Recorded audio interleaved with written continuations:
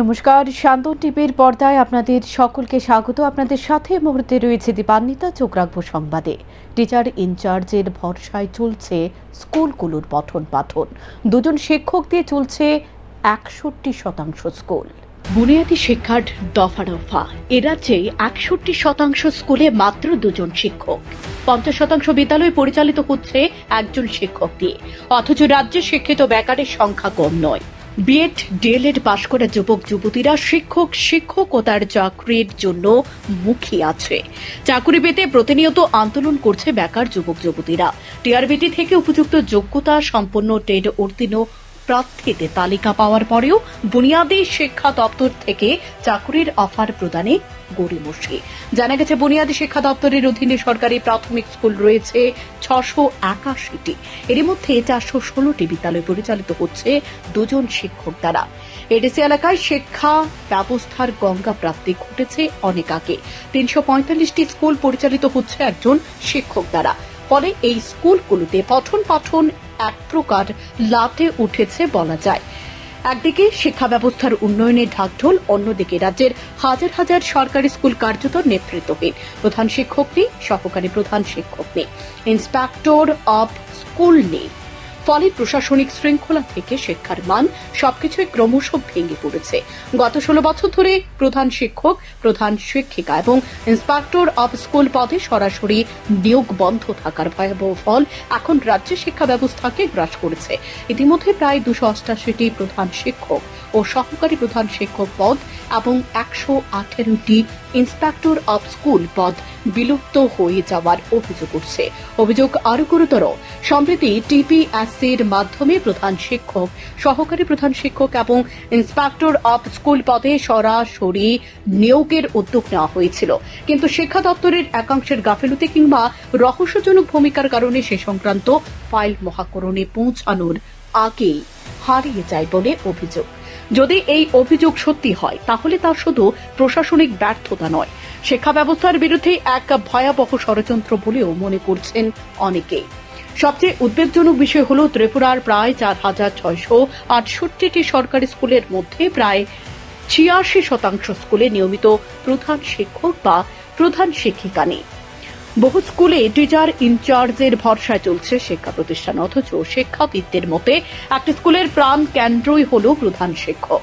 সেখানে বছরের পর বছর ধরে স্থায়ী নেতৃত্বহীন অবস্থায় চলতে থাকা শিক্ষা প্রতিষ্ঠানের ভবিষ্যৎ কি হতে পারে, সে প্রশ্ন এখন জোরালো হচ্ছে। একসময় ত্রিপুরা পাবলিক সার্ভিস কমিশনের মাধ্যমে মেধার ভিত্তিতে প্রধান শিক্ষক এবং ইন্সপেক্টর অব স্কুল নিয়োগ করা হতো, কিন্তু বামফ্রন্ট আমলে এই প্রক্রিয়া বন্ধ হয়ে যায়। বিস্ময়করভাবে ২০১৮ সালে ক্ষমতায় আসা বর্তমান সরকারও সে সিদ্ধান্ত বহাল রেখেছে।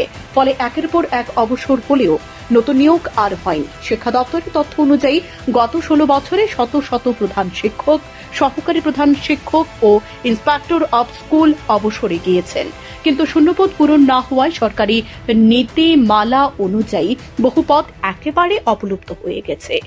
জেলার পর জেলা ভয়াবহ সংকটে। ধলাই জেলার ৮৭৪টি স্কুলের মধ্যে প্রায় ৬৫% স্কুলে প্রধান শিক্ষক বা সহকারী প্রধান শিক্ষক নেই। দক্ষিণ ত্রিপুরা, উত্তর ত্রিপুরা, খোয়াই, সিপাহীজলা, ঊনকোটি, গোমতী প্রায় সর্বত্রই একই চিত্র। কোথাও ১৭%, কোথাও ২০%, কোথাও ২৬% স্কুল নেতৃত্ব শূন্য অবস্থায় চলছে। শুধু প্রশাসনিক কাজ নয়, এর সরাসরি প্রভাব পড়ছে ছাত্রছাত্রীদের উপর। স্কুল পরিচালনা, শিক্ষক সমন্বয়, পাঠদানের মান নিয়ন্ত্রণ, অভিভাবকদের সঙ্গে যোগাযোগ, সরকারি প্রকল্প বাস্তবায়ন, সব ক্ষেত্রে প্রধান শিক্ষকের ভূমিকা অত্যন্ত গুরুত্বপূর্ণ। কিন্তু যখন সেই পদই শূন্য, তখন পুরো শিক্ষা ব্যবস্থায় খুঁড়িয়ে চলবে, সেটাই স্বাভাবিক। অন্যদিকে রাজ্যে প্রধান শিক্ষক হওয়ার যোগ্য শিক্ষক শিক্ষিকারা কোনো অভাব নেই। দীর্ঘদিনের অভিজ্ঞতা সম্পন্ন অসংখ্য শিক্ষক রয়েছেন, যারা টিপিএসসির মাধ্যমে স্বচ্ছ নিয়োগ প্রক্রিয়ায় অংশ নিতে প্রস্তুত, কিন্তু নিয়োগের দরজা বন্ধ থাকায় তাঁদের মধ্যেও তীব্র ক্ষোভ ও হতাশা তৈরি হয়েছে। শিক্ষা মহলের মতে বর্তমানে শিক্ষা ব্যবস্থার সবচেয়ে বড় সংকট শিক্ষক ঘাটতি নয়, বরং যোগ্য নেতৃত্বের ঘাটতি। কারণ একটি স্কুলে শতভাগ শিক্ষক থাকলেও দক্ষ প্রশাসনিক নেতৃত্ব ছাড়া শিক্ষার মান উন্নয়ন সম্ভব নয়। অথচ সরকার নতুন নতুন শিক্ষা প্রকল্প, ডিজিটাল শিক্ষা ও আধুনিকরণের কথা বললেও স্কুল পরিচালনার মূল স্তম্ভগুলি আজ ভেঙে পড়েছে। প্রশ্ন উঠছে, শিক্ষা ব্যবস্থাকে শক্তিশালী করার কথা বলা হলেও প্রধান শিক্ষক ও ইন্সপেক্টর অব স্কুলের মতো গুরুত্বপূর্ণ পদে নিয়োগ কেন বছরের পর বছর বন্ধ রাখা হয়েছে? কেন অবসরজনিত শূন্যপদ পূরণ করা হলো না? কেন শত শত পদ বিলুপ্ত হতে দেওয়া হয়েছে? আর কেন আজও টিপিএসসির মাধ্যমে স্বচ্ছ ও নিয়মিত নিয়োগ শুরু করা হচ্ছে না? ত্রিপুরা স্কুল শিক্ষা আজ এক ভয়াবহ প্রশাসনিক শূন্যতার মধ্য দিয়ে দাঁড়িয়েছে। শ্রেণীকক্ষে ছাত্রছাত্রী আছে, স্কুল ভবন আছে, প্রকল্প আছে, কিন্তু নেই নেতৃত্ব। 16 বছরের নিয়োগহীনতার অভিশাপে শত শত পদ অবলুপ্ত, হাজার হাজার স্কুল কার্যত অভিভাবকহীন। উন্নয়নের প্রচার যতই জোরালো হোক না কেন, প্রধান শিক্ষকবিহীন স্কুল আর ইন্সপেক্টর শূন্য শিক্ষা প্রশাসন ত্রিপুরার শিক্ষা ব্যবস্থার গভীর সংকটের নগ্ন বাস্তবতাকে সামনে এনে দিয়েছে। এখন প্রশ্ন একটাই, সরকার কি অবিলম্বে নিয়োগ প্রক্রিয়া চালু করবে, নাকি ভবিষ্যৎ প্রজন্মের শিক্ষাকেও প্রশাসনিক অবহেলার বলি হতে হবে? শান্তন টিভি। 1 জুলাই ত্রিপুরা বিধানসভার 63তম গৌরবময় প্রতিষ্ঠা দিবস। এ উপলক্ষে বুধবার ত্রিপুরা বিধানসভায় সমৃদ্ধ ঐতিহ্য, দৃঢ় অঙ্গীকার, উজ্জ্বল আগামী স্লোগানকে সামনে রেখে এক অনুষ্ঠিত হয়। অনুষ্ঠানে উপস্থিত রাজ্যপাল ইন্দ্রসেনা রেড্ডি নাল্লু বলেন, ত্রিপুরা প্রাকৃতিক সৌন্দর্যে ভরপুর, কৃষ্টি সংস্কৃতিতে পরিপূর্ণ রাজ্য। গোটা দেশের সঙ্গে ত্রিপুরা দ্রুত গতিতে এগিয়ে চলেছে। গণতন্ত্রের সুষ্ঠু এক পিঠ ত্রিপুরা। ইনফ্রাস্ট্রাকচার এবং কৃষিক্ষেত্র সহ সব ক্ষেত্রে ত্রিপুরার উজ্জ্বল উন্নয়ন হচ্ছে। রাজ্যপাল আরও বলেন, সরকার সমাজের অন্তিম ব্যক্তি পর্যন্ত সরকারি সুযোগ সুবিধা পৌঁছে দেওয়ার জন্য কাজ করছে। তিনি আরও বলেন, এই পবিত্র বিধানসভা উন্নয়ন এবং গণতন্ত্রের অক্সিজেন। আগামী দিন ত্রিপুরা আরও এগিয়ে যাবে বলে অভিমত ব্যক্ত করেন রাজ্যপাল। আয়োজিত অনুষ্ঠানে রাজ্যপাল এছাড়াও উপস্থিত ছিলেন ত্রিপুরা বিধানসভার অধ্যক্ষ রামপদ জমাতিয়া, কৃষিমন্ত্রী রতনলাল নাথ, রাজ্যের বিরোধী দলনেতা জিতেন্দ্র চৌধুরী সহ বিধানসভার অন্যান্য সদস্যরা। Conference of people's representatives is not merely a procedural gathering. It is a sacred congregation where the voices of the voiceless find expression. It is here that the budget is scrutinized not just as a financial document, but as a reflection of our collective consciousness. It is here that we decide how to allocate resources to ensure that Antyodaya, the upliftment of the last person, remains our guiding principle.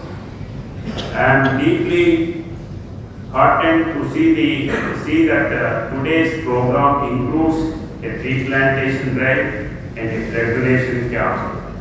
There are not mere symbolic gestures, they are profound expressions of our commitment to life and to the future. A tree gives oxygen and a blood donation gives life. Just as we are interdependent on nature, we are interdependent on each other. This assembly with its debates and its বুধবার সোনারতরী রাজ্য অতিথিশালায় ত্রিপুরা তপশিলি জাতি কল্যাণ দপ্তরের এক পর্যালোচনামূলক বৈঠক অনুষ্ঠিত হয়। বৈঠকে উপস্থিত ছিলেন সংশ্লিষ্ট দপ্তরের মন্ত্রী সুধাংশু দাস। তিনি বলেন, দপ্তরের 2026-27 অর্থবর্ষের বিভিন্ন কাজকর্ম নিয়ে আলোচনা হবে এই বৈঠকে। ফার্স্ট রিভিউ মিটিং হচ্ছে 2026 এবং 27 অর্থ বছরের, এটা প্রথম স্টেট লেভেল রিভিউ মিটিং। আজকের এই রিভিউ মিটিং এ আমরা আলোচনা করব 2025 এবং 26 অর্থ বছরে আমাদের অ্যাচিভমেন্ট কি। যদিও আমরা ইতিমধ্যে সেটা অ্যাসেস করেছি, ইভালুয়েশন করেছি, তবুও এই বিষয় নিয়ে আলোচনা হবে। তার সাথে সাথে গত বছর আমাদের সফলতা কোন কোন জায়গাতে এসেছে এবং আমাদের ফেইলিউর কি কি ছিল সেই বিষয়গুলির উপর আলোচনা হবে। তার সাথে সাথে 2026 এবং 27 অর্থ বছরে সরকারের পক্ষ থেকে যে মহিলা কমিশনে প্রবেশ করে বিক্ষোভে সামিল হলো প্রদেশ মহিলা কংগ্রেস। দাবি করল, মনীষা মৃত্যুকাণ্ডের ঘটনায় যেন বিচার বিভাগীয় তদন্ত হয়। বুধবার মহিলা কমিশনে প্রবেশ করে মহিলা কংগ্রেসের কর্মী সমর্থকরা বিক্ষোভ দেখায়। একটা সময়ের পর উত্তেজিত কর্মী সমর্থকদের নিয়ন্ত্রণে আনতে গিয়ে পুলিশের তুমুল ধস্তাধস্তি হয়। মহিলা কংগ্রেসের অভিযোগ, একের পর এক ঘটনার পরও মহিলা কমিশন কোনো ভূমিকা নেই। প্রদেশ মহিলা কংগ্রেসের সভানেত্রী সর্বাণী ঘোষ জানায়, রাজ্যের শিশু কন্যা থেকে শুরু করে ৬০ থেকে ৬৫ বছর বয়সী মহিলারা ধর্ষণ, গণধর্ষণ এবং খুন হচ্ছে। কিন্তু রাজ্যের মানুষের দুর্ভাগ্য হলো ত্রিপুরা মহিলা কমিশনের চেয়ারপারসন বিজেপির মুখপাত্র হয়ে কাজ করছে। শান্তিনিকেতন মেডিকেল কলেজের মহিলা কর্মী মনীষা দাস মৃত্যুকাণ্ডের ঘটনার তদন্ত করার আগে আত্মহত্যা বলে দাবি করেছে ত্রিপুরা মহিলা কমিশন। তিনি আরো বলেন, মনীষা মৃত্যুকাণ্ডের ঘটনা নিয়ে প্রদেশ মহিলা কংগ্রেস বিচার বিভাগীয় তদন্ত দাবি করলেও রাজ্য সরকার এখন পর্যন্ত বিচার বিভাগীয় তদন্ত দেয়নি। তিনি আরো বলেন, রাজ্যে একের পর এক নারী নির্যাতনের ঘটনা সামনে আসলেও মহিলা কমিশনের কোনো ভূমিকা নেই।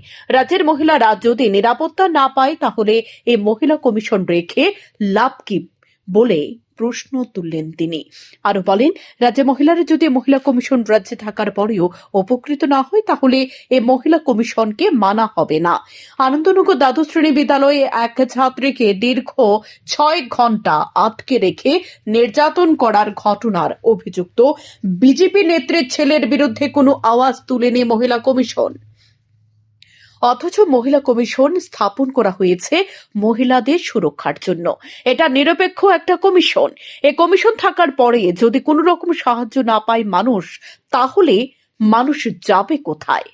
গত ৮ বছরে রাজ্যের মহিলা কমিশন মহিলাদের স্বার্থে কথা বলেনি। আজকে মহিলা কমিশনে প্রদেশ মহিলা কংগ্রেসের পক্ষ থেকে কর্মীরা জানায়, দিতে এসেছে মনীষা দাস মৃত্যুকাণ্ডের ঘটনার বিচার বিভাগীয় তদন্ত করার জন্য। যদি মহিলা কমিশন অগ্রসর না হয় তাহলে আগামী দিন গোটা রাজ্যে আন্দোলন সংগঠিত করা হবে। আমরা এমন এক রাজ্যে বাস করছি যে রাজ্যে প্রশাসন ঘুমে এবং জনগণের টাকার দ্বারা মহিলা কমিশন বসানো হয়েছে, অথচ যে মহিলা কমিশনের চেয়ারপারসন সে বিজেপির মুখপাত্র হিসেবে কাজ করছে। আপনারা দেখেছেন বিগত 10ই জুন শান্তিনিকেতন মেডিকেল কলেজে যে মনীষা দাসের হত্যা সংঘটিত হয়েছে, সেখানে কোনো তদন্ত ছাড়াই তারা ঘোষণা দিয়েছে যে এটা আত্মহত্যা। আমার কাছে এটাই প্রশ্ন যে ইনভেস্টিগেশন ছাড়া কি করে মহিলা কমিশন এটা হত্যা বলে আত্মহত্যা বলে চালিয়ে দিয়েছে? নিশ্চয়ই এটার মধ্যে রহস্য লুকিয়ে আছে। আজকে মহিলা কংগ্রেসের তরফ থেকে এই মহিলা কমিশনে এসেছি, যেখানে একের পর এক ঘটনা ঘটছে অথচ মহিলা কমিশনের কোনো ভূমিকা নেই। তাহলে এই মহিলা কমিশন রেখে লাভ কি? ত্রিপুরা রাজ্যের মহিলারা যদি উপকৃত না হয়, কোনো রকম সহায়তা না পায়, তাহলে এই মহিলা কমিশনকে আমরা মানছি না। ত্রিপুরা রাজ্যে আজকে নতুন নয়, 8 বছর ধরে এই বিজেপি সরকার চলছে। একের পর এক মহিলা কমিশন চেঞ্জ হয়েছে তাদের, কিন্তু কোনো মহিলাদের স্বার্থে তারা কথা বলে না এবং মহিলাদের পাশে ওরা দাঁড়ায় না। তাই আজকে আমরা জানান দিতে এসেছি যে মনীষা দাসের হত্যাকাণ্ডে বিচার বিভাগীয় তদন্ত করার জন্য মহিলা কমিশন যদি না অগ্রসর হয়, তাহলে আমরা আজকে এখানে ঘেরাও করেছি। আগামী দিন সারা রাজ্যে আমরা সেই আন্দোলন গড়ে তুলব এবং মহিলাদের ন্যায় পাওয়ার জন্য মহিলা কংগ্রেস আগেও লড়েছে, এখনো লড়ছে। এদিন দীর্ঘক্ষণ আন্দোলন চলার পর পশ্চিম মহিলা থানার পুলিশ পরিস্থিতি নিয়ন্ত্রণে আনতে সক্ষম হয়। শান্তন টিভি। ধলাই জেলার গঙ্গানগর থানা এলাকা থেকে অপহৃত 3 নাবালিকা সহ অভিযুক্ত যুবক আটক গুজরাটে। ইতিমধ্যে গঙ্গানগর থানা থেকে ত্রিপুরা পুলিশের একটি প্রতিনিধি দল গুজরাটের উদ্দেশ্যে রওনা হয়েছে। বৃহস্পতিবার গুজরাট থেকে 3 নাবালিকা সহ অভিযুক্ত যুবককে আটক করে ত্রিপুরায় নিয়ে আসে পুলিশ। জানা যায়, বৃহস্পতিবার ধৃত 4 জনকে আদালতে সোপর্দ করে ট্রানজিট রিমান্ড চাওয়া হবে। তারপর ধৃতদের গঙ্গানগর থানায় নিয়ে আসা হবে বলে জানায় ধলাই জেলার অতিরিক্ত পুলিশ সুপার উত্তম বণিক। পরকীয়ার অভিশাপে অবিবাহিত যুবকদের সঙ্গে জীবন দিলেন এক গৃহবধূ। গৃহবধূর 2 সন্তান রয়েছে। ঘটনা কল্যাণপুর থানার অন্তর্গত কুঞ্জবন এলাকায়। সংশ্লিষ্ট এলাকায় নির্জন রাবার বাগানে বুধবার সকালে একই গাছ থেকে উদ্ধার জোড়া মৃতদেহ। মৃত দুজনের নাম হরিদাস পাল, বয়স ২৬ বছর এবং গৃহবধূ পাপিয়া শীল পাল, বয়স ৩০ বছর। সাত সকালে এ জোড়া মৃতদেহ উদ্ধারের ঘটনায় এলাকা জুড়ে ব্যাপক চাঞ্চল্যের তৈরি হয়েছে।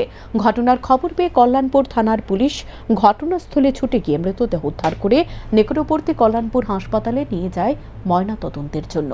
পুলিশের তরফ থেকে দাবি করা হয়েছে অবৈধ সম্পর্কের করুণ পরিণতিতে ঘটনা বলে এলাকা সূত্রে জানতে পেরেছে। সকাল আনুমানিক 8টা বা 8:15 দিকে আমাদের থানাতে একটা খবর আসে যে কুঞ্জবন নদিয়া চাঁদপাড়ার একটা রাবার বাগানে দুজন লোক, একজন পুরুষ লোক একজন মহিলা লোক সুইসাইড করে মারা গেছে, হ্যাঙ্গিংয়ে মারা গেছে। তো অ্যাকর্ডিংলি অ্যাজ পার ইনফরমেশন আমরা ঘটনাস্থলে আসি এবং দেখতে পাই দুজন মারা গেছে, দুজন হ্যাঙ্গিং অবস্থায়, ঝুলন্ত অবস্থায়, মৃত অবস্থায় পাওয়া গেছে। ওদের মধ্যে ছেলের নাম হচ্ছে হরিদাস পাল, বয়স 26, বাবার নাম শ্রী বুলু পাল, বাড়ি কুঞ্জবন নদিয়া চাঁদপাড়া। আর মহিলার নাম হচ্ছে শ্রীমতী পাপিয়া শীল পাল, বয়স 30, জামাইয়ের নাম হচ্ছে শ্রী জীবন পাল, বাড়ি সিম।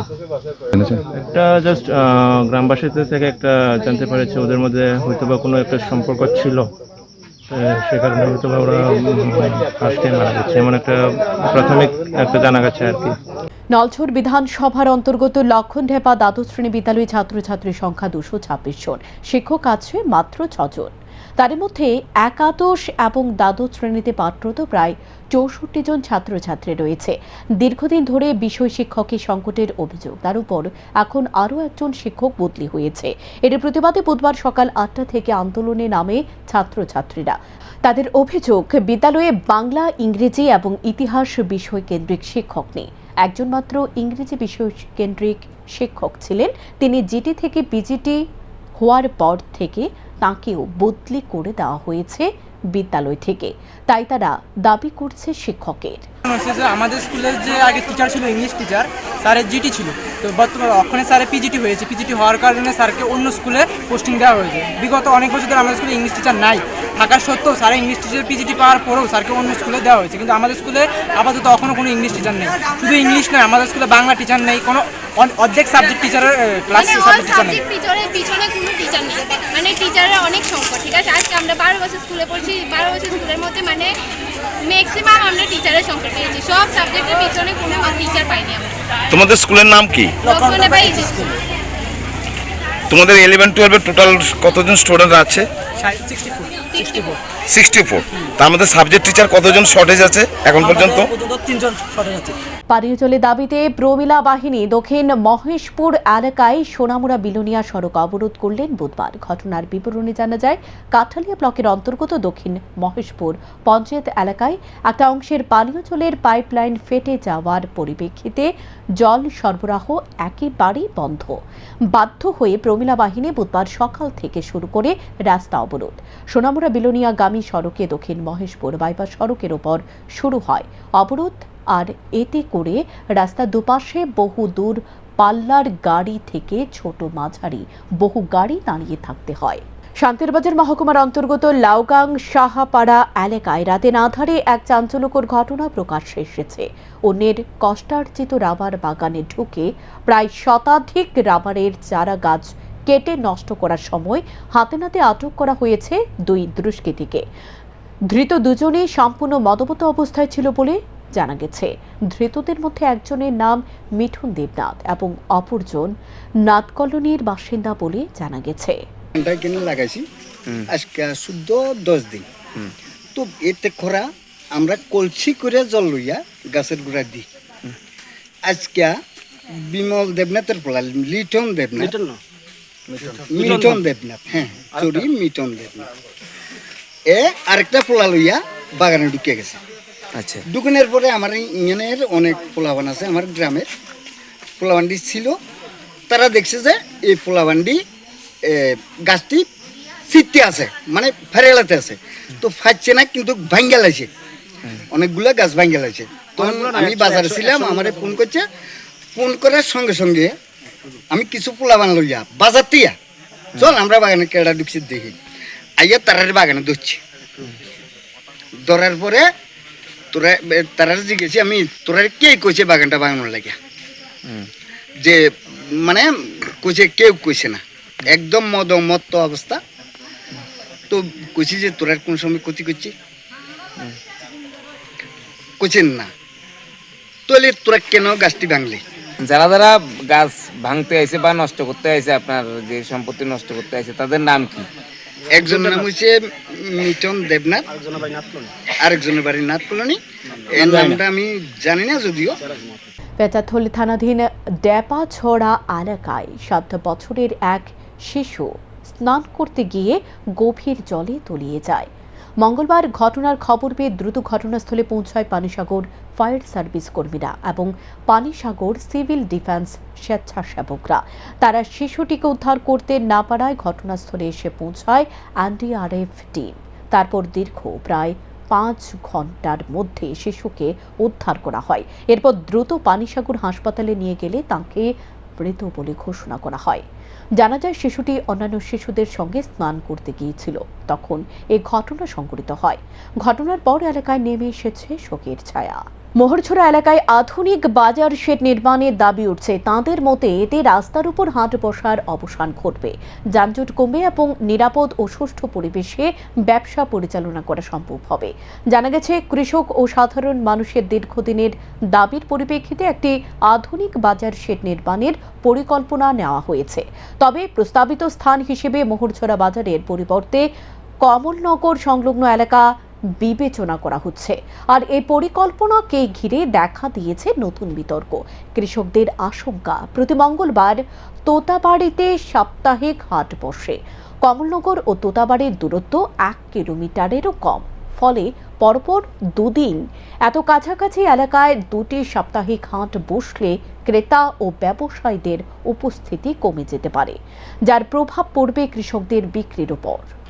রাসময় বাজার অসুবিধা নাই, কল নাই লেফটিন নাই, রাসময় বাজার গাড়িগুলো আমরা ঢুকাইছি না, মাল 8 ঘন্টায় ঢুকাইছি।